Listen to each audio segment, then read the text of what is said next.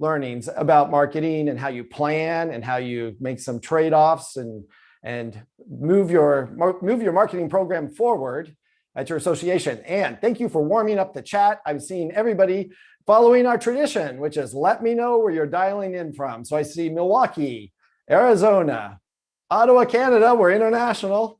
Delaware, we're international. Just kidding. I know Delaware's a state. Springfield, Illinois. I grew up near Springfield, Illinois. I actually worked one summer in Springfield, Illinois. I was doing temp work, so I typed a lot.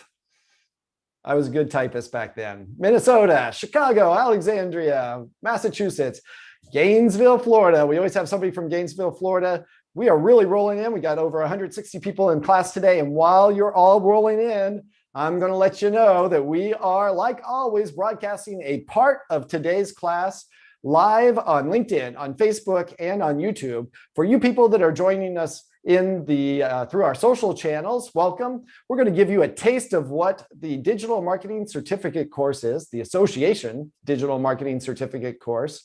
And you can actually enroll now. So if you follow the link that is there with our social post, you'll be able to learn a little bit more about what this class teaches you and enroll for our summer semester, which starts July 8th. Columbus, Ohio. Hello, Columbus, Ohio.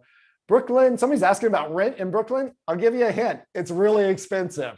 It's incredible. It's incredibly insane. It's more than Columbus, Ohio. It is our second to last section, and I'm kind of happy for you all that you're nearing the end. I'm sad that I won't be joining you very much, or I won't be seeing you as much after the end of next week. I also, by the way, set up this slide so I could sing into the microphone just like that. How about that? All right, let's go ahead and get started. Thank you to our founding sponsors, which are Feather, which can help your association execute paid online media. We've talked about the need to diversify out of email. Thanks to Association Analytics, which pulls together all the data across your association, marketing, AMS, and more, and puts it together in dashboards that it makes accessible for your board, for your staff, and for you. Thanks to Open Water. They are the premier virtual event platform for associations. You may have seen them as part of many of the ASAE partnerships that they have. Thanks to PropFuel. You remember Dave Will came and talked to us about conversational marketing. PropFuel is the technology that makes conversational marketing possible. And thanks to my company, Ricochet, we help you with your strategy and tactics when you want to advance your association marketing practices. And don't forget everybody that's here in the course today. Hi from South Carolina. Hi from New Mexico. Everybody that's here in the course today, please share this course with your colleagues. Let them know that they can sign up for our class starting June 8th. And if they do, and if they use this referral code, you get $50 from us, and they get $50 off of the class enrollment. They just need to use that referral code when they go to associationmarketingacademy.com.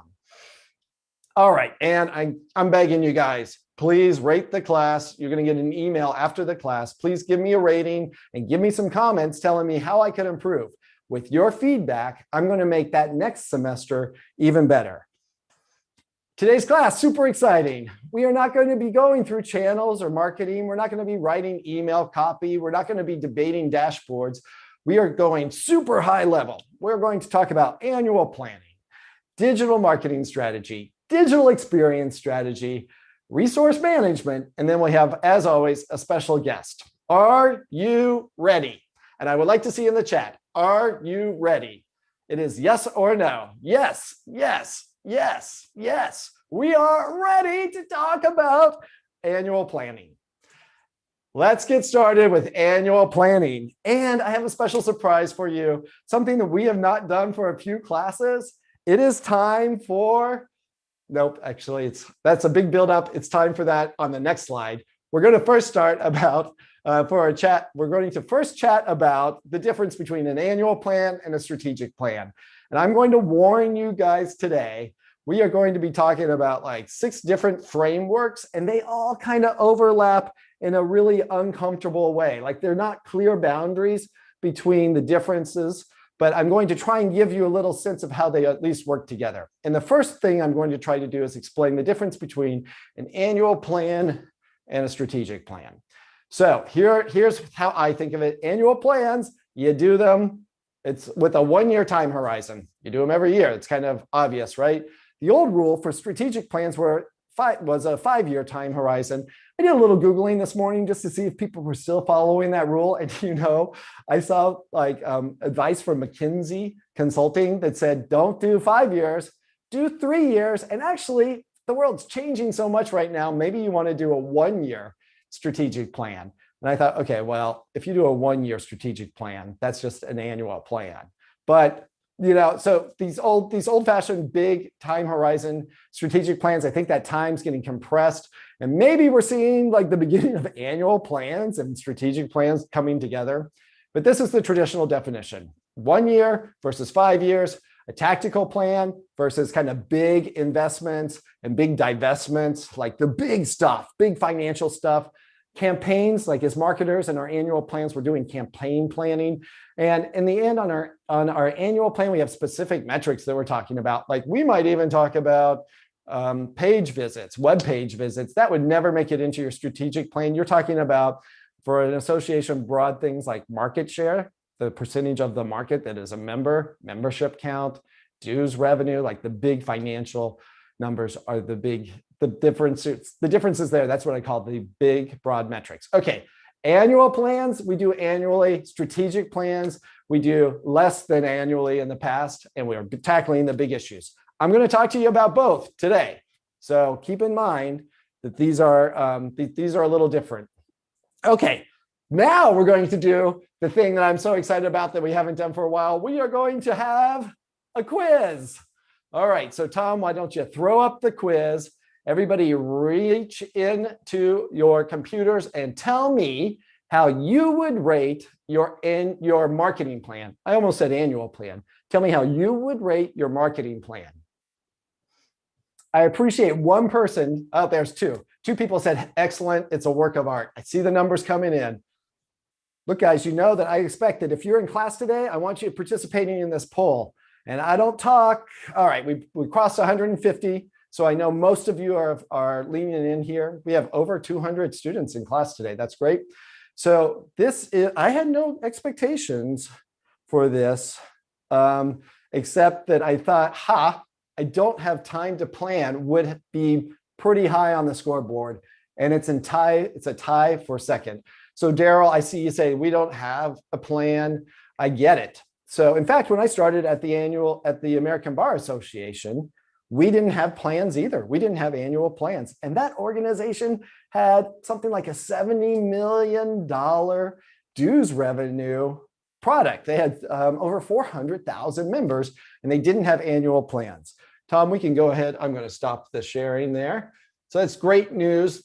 Thank you, everybody. So don't feel bad if you don't have an annual plan, but I'm going to be or a marketing plan. I'm going to be talking to you today about the elements that you might put into one. And you can do this plan. You can do plans in almost no time. You can do it in a couple of days. All right. Generally, I also want you to understand the bar is really low when we talk about annual planning.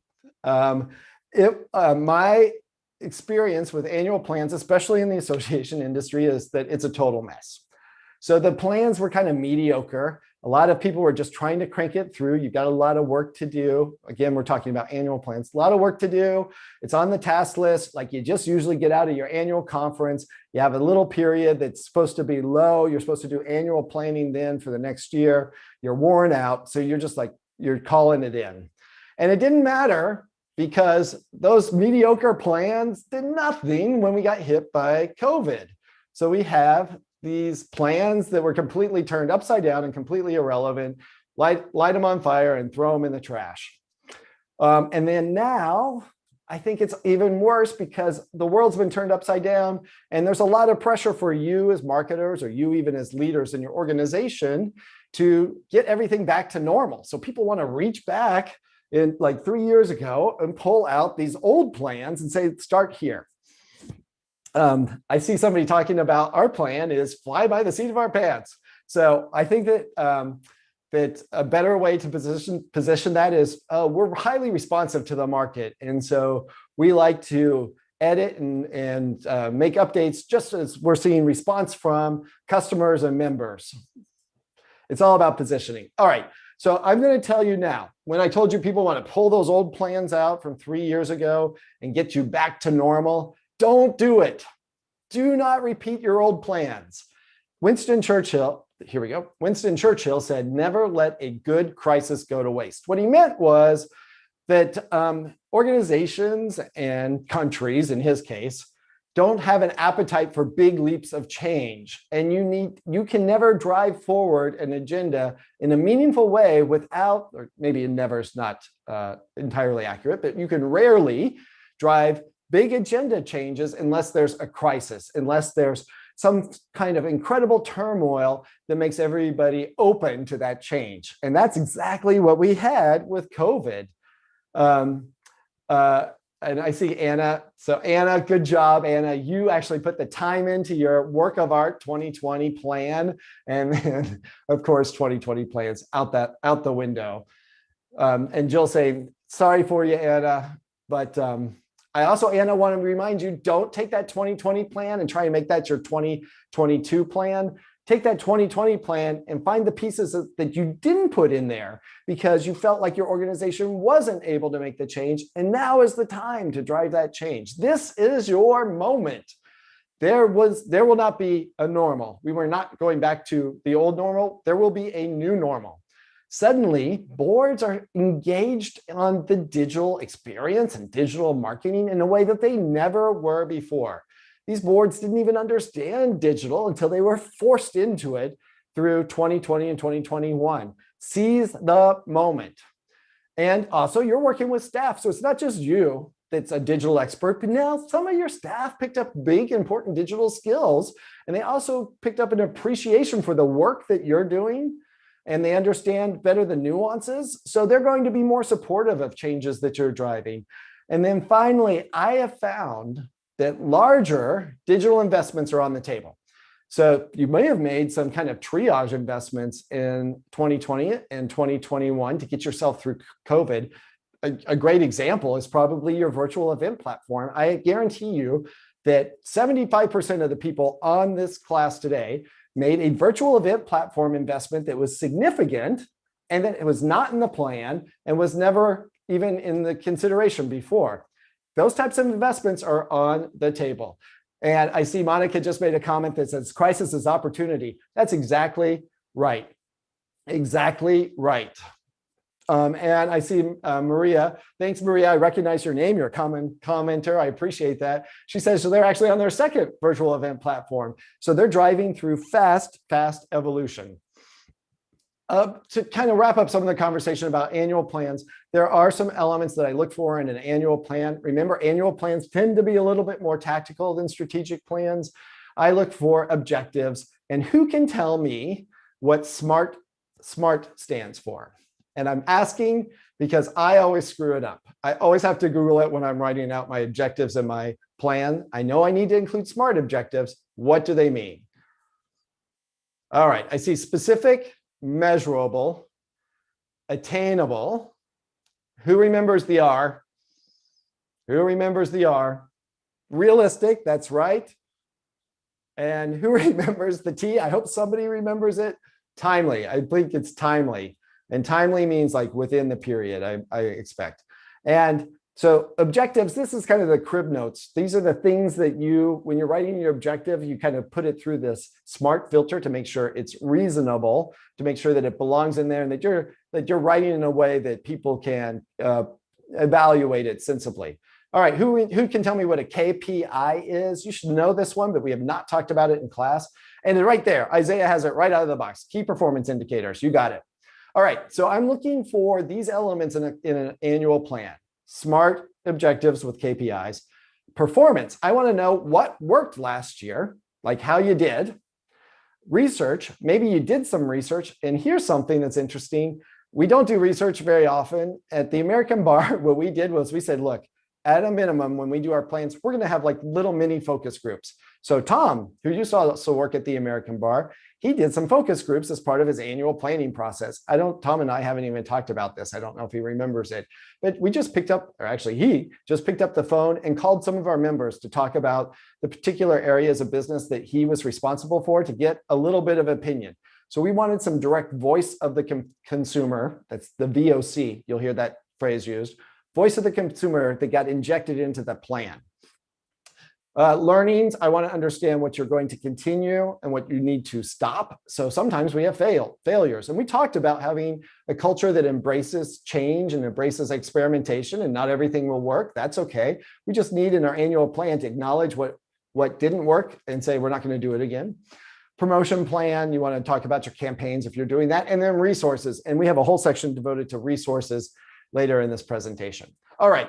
So for those of you that were joining us in the live broadcast, we're going to say goodbye to you now. Just a reminder that you can sign up for the July 8th semester. It begins on Thursday, July 8th at 1 p.m. Just follow the associationmarketingacademy.com link in the